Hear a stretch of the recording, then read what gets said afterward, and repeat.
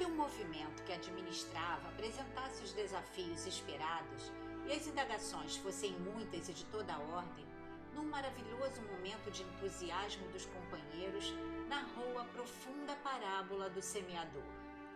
Tratava-se da experiência de um homem dedicado ao cultivo do solo que se pôs a semear. Porque a área fosse muito grande, ele atirou as sementes que caíram nos mais diversos sítios, como a beira do caminho, os lugares pedregosos, entre espinhos e em boa terra. De acordo com o local, as sementes enfrentaram as circunstâncias e padeceram as consequências naturais, culminando pela produção daquelas que encontraram solo fértil e se reproduziram, uma em 100, outra em 60, outra mais em 30 grãos, compensando a aplicação de todas, especialmente daquelas que se perderam. Em toda ensementação, há sempre o risco do prejuízo em relação àquelas que são atiradas a esmo e não encontram os recursos hábeis para a germinação, ou mesmo depois de germinadas, não conseguem produzir. Nada obstante, a compensação vem por meio daquelas que encontram um solo bom e generoso, produzindo em quantidade tão expressiva que enriquece aquele que ali as colocou no solo.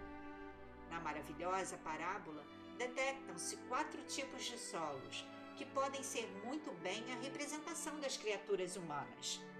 Pessoas existem que ouvem falar das bênçãos do Evangelho e até mesmo interessam-se por recebê-las.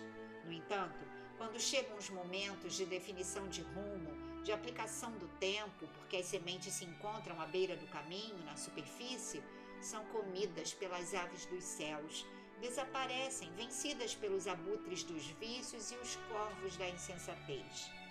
Desejam tudo sem investir nada. Acostumadas às questões eminentemente materiais, somente se preocupam em preservar aquilo que lhes atende à avareza, ao egoísmo, aos interesses imediatistas. São convenientes e falsamente afetuosas, desde que possam usufruir o máximo, como se a finalidade da existência se transformasse num jogo de prazer e de ter, sem melhores significados. São solos áridos, à margem dos caminhos por onde outros passam também indiferentes. São inóspitas e vivem solitárias nas suas angústias e ansiedades mal disfarçadas. Outras se caracterizam pela rudeza, pela maneira grosseira com que se comportam, recordando solos pedregosos, desafiadores. Mesmo quando se lhes cuida, parecem impermeáveis, como se não possuíssem áreas vulneráveis para uma reforma interior, para a modificação de estrutura interna, sempre armadas contra tudo e todos. Às vezes, o bem desenha alguma esperança, mas os sentimentos patológicos ardem como o sol que cresta as possibilidades, e mesmo quando algo encontra guarida nas aspirações, não suporta o calor da agressividade e a falta do adubo da ternura e do amor para sobreviver, deixam que morra a míngua da água da misericórdia. À semelhança das anteriores, podem encontrar-se grandes grupos de almas angustiadas, assinaladas pelos espinhos do desconforto moral em que vivem, acolhendo o mau humor e tentando brechas para a autorrenovação.